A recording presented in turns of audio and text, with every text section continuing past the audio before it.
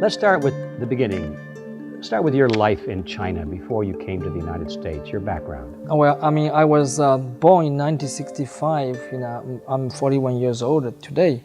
And I went to the school when I was 6 years old, and I go through the normal stage in China through the high school. And I went to the medical college in 81, and I graduated of 87. I came to this country to study neuroscience at the University of Illinois at Urbana-Champaign. And then I went to Harvard Medical School in Massachusetts General Hospital to do the research work, and I passed the medical board exams over there and was certified by the U.S. board.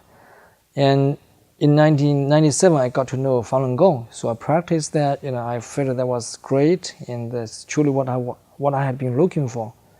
So that's about my background. All right, you've mentioned Falun Gong. Yeah. What is that? Falun Gong is a kind of cultivation system. It contains 5 sets of exercises, including 2 sets of meditation. One is standing meditation, the other one is sitting meditation. And besides that, it also has a kind of cultivation principles, and it's the principles of truthfulness, compassion, and forbearance. The practitioners need to comply with these principles all the time, trying to improve themselves. We always try to look into our inward, see like what is wrong with ourselves, how we can improve ourselves to be a better person, all the way, so like this. When you do meditation, then your mind will be, blank of those bad thoughts, because you have been practicing this cultivation all along. So that would be very effective to improve your, health in a sense, because the body and the soul is all together at that time. Is this like a religion? It is not real religion, because we do not worship anybody. We don't have any kind of format, if you, as you see in other religions like temple or church, that kind of things. We don't have like any specific, organizations like you have to join in to swear or whatever.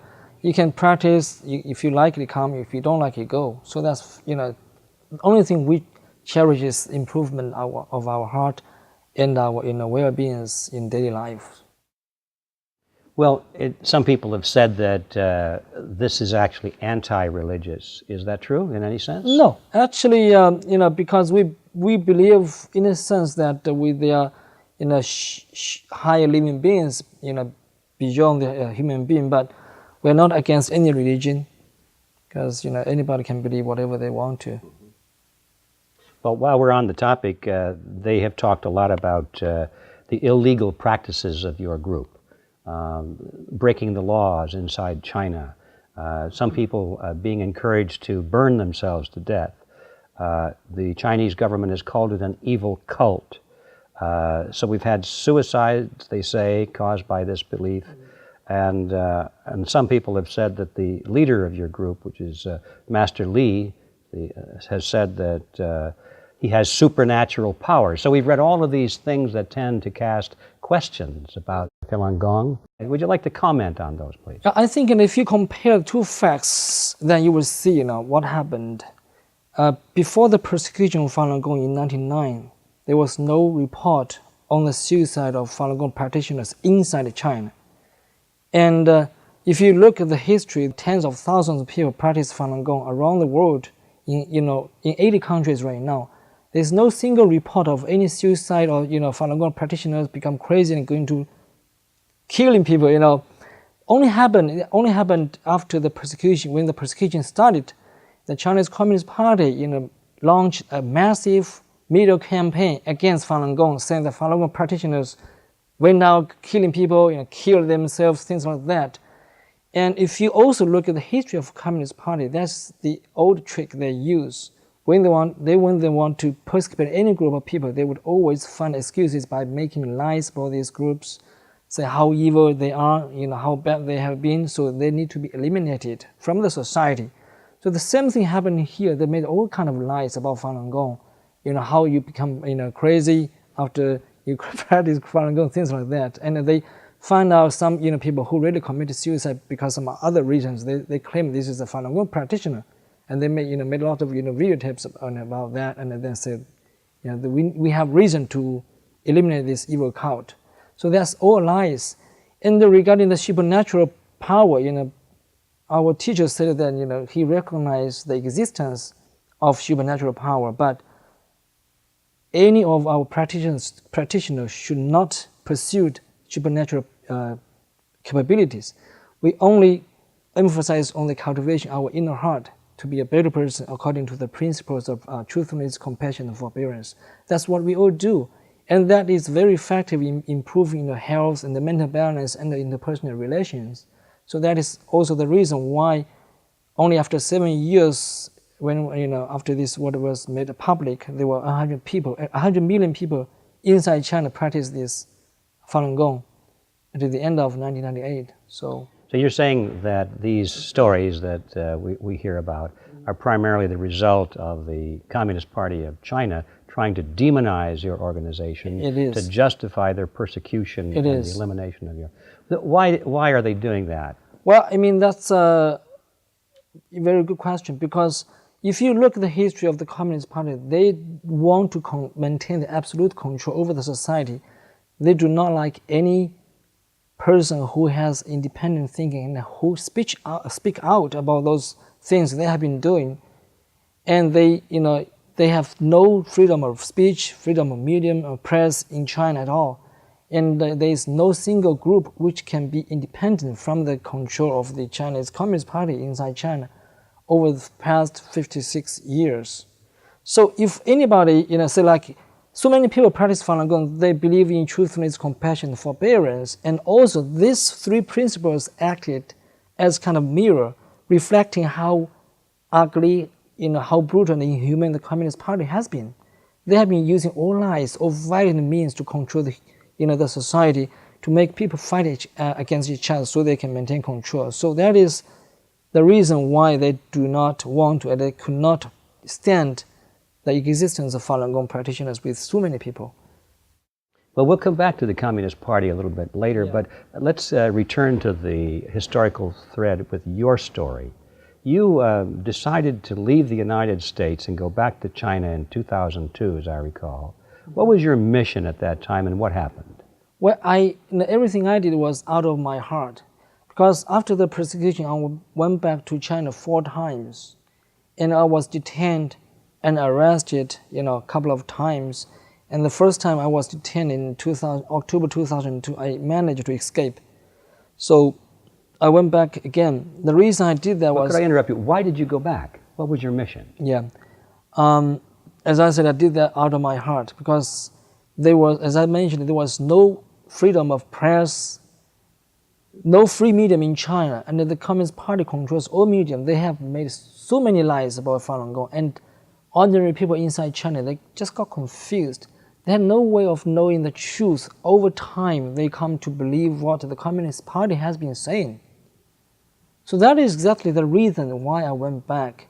And also in China, there are millions of Falun Gong practitioners. They risk their lives to tell the truth by all kinds of means, handing out flyers, the VCDs, and tell the truth to people by word of mouth, that kind of things. And there are also people using the TV network, tap into the messages, the network, and broadcast our own programs, showing what kind of lies they have been telling.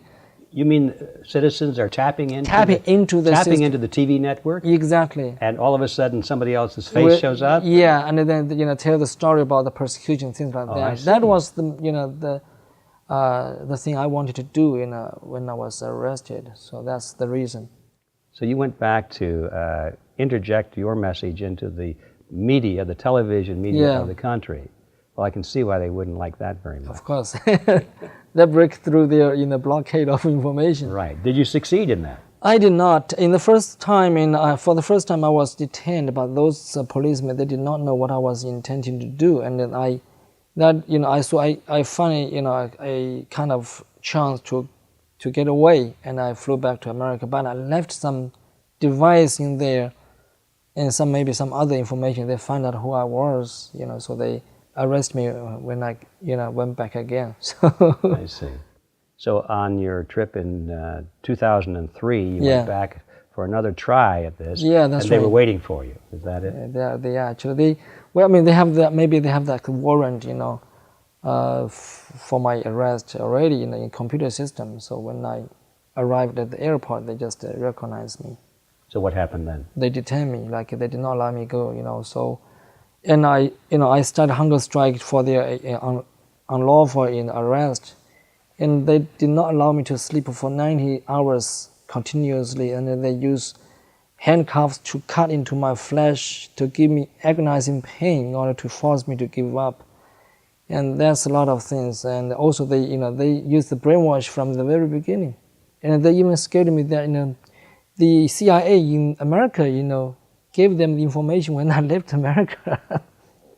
I mean, of course, I knew that's a lie, because I don't think that CIA would cooperate with them in that kind of aspect. So let's see. First of all, they detained you as you tried to come back into the country. Yeah. And then I suppose there was some kind of a complaint or a charge made against you. Yeah, they made a charge. They said I was charged as intending to destroy the TV and the radio facilities, and there was a criminal law in China. Okay, that's called intending to just not intending, just destroy the TV and the radio facilities. That is under the chapter of damaging or violating people's lives, which means you have to have the result of somebody's lives being lost or properties being severely damaged, that kind of thing, to reach the extent of violating this law. And also, if you think about that, the purpose of my action was to use the network to broadcast our information, our message. If the TV network and facilities was destroyed, then I would not be able to do that in the first place. So this is contradictory. I never violated any law of that kind, or any kind actually in China, for my actions. So they just made this up in order They charged you with a very serious crime, that you were trying to destroy a system that you were really trying to use. Yeah, so that is, because they did not make any law like that. And because, I believe in the first place, they never thought somebody would do that kind of things. They never think of making a law, like that. So that's what happened. So there's no law whatsoever to against these kind of actions. And on the other hand, the persecution of Falun Gong practitioners by the Communist Party have been all violations against laws they made themselves, against the Constitution. So even if there had been a law, it would have been very selective use or application of the law. No, actually, I don't think that is an important issue over here, because the Communist Party in China, they make the law, they can break the law anytime they want themselves without any problems, because they are above the law. So when they want to persecute people, they would use the law as an excuse, no matter the law applies or not. So that doesn't matter for them if there's a law or not. They just use that as an excuse. Because I was already an American citizen, they have to use this kind of excuse to go through this kind of show charge, showing that to the American people and government that this is Charles Lee violated the law, so we put them into jail, things like that. So that's the procedure they have to go through.